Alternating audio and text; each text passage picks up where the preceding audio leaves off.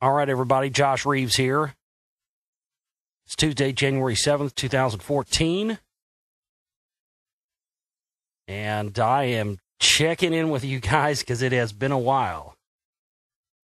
Oh, man, I have been working relentlessly to finish my new film, The Lost Secrets of Ancient America, Volume 2. And I got to tell you what, as per usual, I have bitten off way more than I could possibly ever chew. And man, oh man, I knew it was going to be epic. I've been saying that, but boy, it's really turned out to be a doozy. And I've been, even learning a lot more and just new stuff coming in. And it's not that I'm adding stuff into what I'd already planned on being there. It's just that in this process of filmmaking, you always, at least I do anyway, as you're fact-checking everything, as you're writing the script, because I have to write. It's basically, it's a lot of work. I mean, I have to write the script for all the information. I have to take all the information that I have for each film, and I have to write what the voiceover is going to be, to write all of that out so I can then record it all voice-wise and then edit that up and then, of course, edit the video and pictures and everything else to that and then add music. And, with Volume 2, we didn't even get to finish shooting everything until into the beginning of November. And Volume 1 took me about 8 months, I think, to write. Volume 1. Volume 1 took me about 8 months to write. Because it's just, it's just a plethora of information, same as this one is. And, now I've basically been doing all of the writing for Volume 2, and I've almost got all of it done. And I've done more words. I think we've actually got more words in this so far than we even had. I mean, Volume 1 was a record for us, word-wise, as far as dialogue and, information. But this one, I think, is even surpassing Volume 1. I mean, I've actually been considering stopping where I'm at and editing up to that point and releasing it as Volume 2 and then releasing Volume 3 a couple weeks afterwards. I was considering that a week or so ago, but now I'm just kind of powering through it and pretty confident I should be able to get all this in one volume, but we'll see. I just don't want to saddle anybody or have to really deal with the pain in the ass of releasing a fucking 5-hour movie or something. But I really have that much information. But I've basically since we didn't get to finish shooting everything because we didn't get all the funding that we needed until much later, and thank goodness we have at this point, and we've even got someone who's come forward who's going to help us out, already committed to funding the next volume for us. So, oh my goodness, it's just getting crazier and crazier. I'm finding out more and more stuff on, looking at getting a possible dig going and stuff. But I have been doing nothing. I worked through the holidays. I haven't even had time to get up here and do this. I had to pull myself away tonight just to get up here because there's just been so much more stuff I've been finding.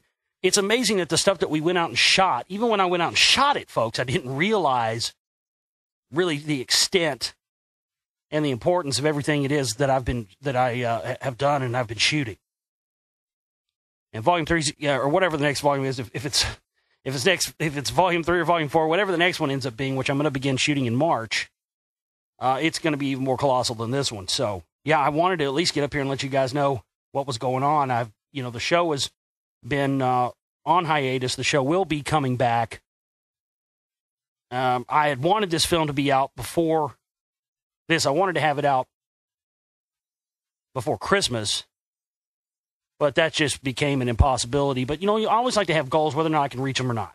You know what I mean? And that's what this is all about, because it keeps you going, it keeps you motivated, and it just keeps you from becoming stagnant. So I always like to set goals for myself, regardless whether or not I reach them or not. But, I've been getting so much accomplished, and being able to really take my time and not try to rush this thing out.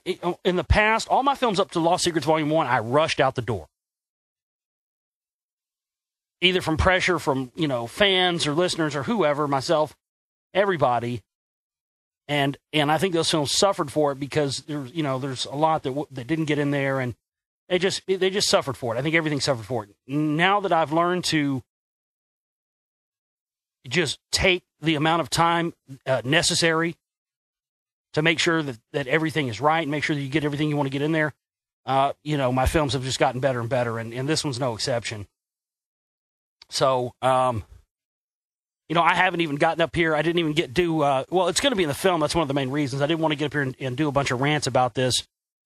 And then you see hear me just say all the same things I'm going to say in the movie. So I kind of wanted to wait. But, of course, we have had since last I talked to you, we have had the History Channel's Rockwall thing air. I'm sure most of you have seen it by now. I mean, you didn't hear me or see me get up here and do a show or do a video about it, did you? I mean, I know a lot of you probably wondered about that. Wow, I figured Josh would be going off about this. Well, I will, and I am, and all that stuff. But really, honestly, it was so bad, ladies and gentlemen, it didn't really even warrant a response from me. Oh, my God. I can't ever, it really kind of pisses me off that I ever let them get under my skin like that or ever thought that they would be a threat to what we're trying to do here, because that shit was laughable, son. Oh, my God. I mean, I was rolling around on the fucking floor, dude. I was thinking about sending Scott Walter a fruit basket for Christmas. Jesus Christ, dude. I got to say that one of my favorite parts in the whole thing, number one, I don't want to, I'll get into it. If I even bring it up, I'll get into it. God damn it. Because it's just so, folks, they didn't, and I know if you watch it, you know this, but my God, folks, they didn't even enter the geology into the equation. They didn't do any rock analysis. They didn't have any of that done. No, they just went over that like it didn't even exist. They went over the mineral composition of the rock wall. They just glazed and went right past that like it didn't even exist. And their entire mineralogy was based upon this.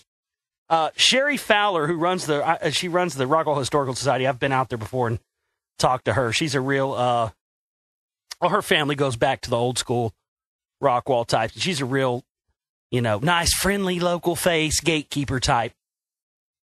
And she says, she's talking to Walter and they're talking about the Giants and she's poo-pooing the Giant thing. And then she says, well, I actually have some of the Rockwall on my property. Do you want to go see it? And, of course, Walter's like, yeah, well, fuck yeah, what took you so long, bitch? Let's go. So they drive out to where her house is, and then when they get there, they come back, and they cut to them walking across her property, and then she says, well, the wall actually runs through here, but we can't see it. But we have some stones from it over here. And as soon as they showed the shot of the stones, I immediately saw it and went, those are not Rockwall stones. I mean, we're just supposed to take your word that those are stones from the Rockwall. Those could have been rocks from anywhere, and most undoubtedly were. But he brings out his little hydrochloric acid and his little viewer, which he didn't do earlier in the show when they were at the little stones in front of the courthouse. I mean, why not do that there? For sure those are stones. But no, there he's like, I'm going to bring out my hydrochloric acid. He takes a look and he says, this is limestone. Limestone. Folks, there has been analysis done on those stones going back from the 1940s until the late 1990s, and every single one of them came back with the same results. And nowhere in any of those results did any of them ever indicate that the Rockwall stones were in any way, shape, or form limestone. So right there, for me, was just like, this is it. Of course, they hem-hawed around and made you think, that yellow journalism stuff I talked about in a little preview. Sensationalize it. Make you think it's a mystery. Make you think, something's really going to come about from this. Scott Walter's going to get to the bottom of it. And then with some bullshit-ass, fake, magnetic reading. Okay, here's the thing. Their data that they based the whole conclusion that the Rockwall was natural on is based on this paleomagnetic data that is in turn based on information where they're not including all the data.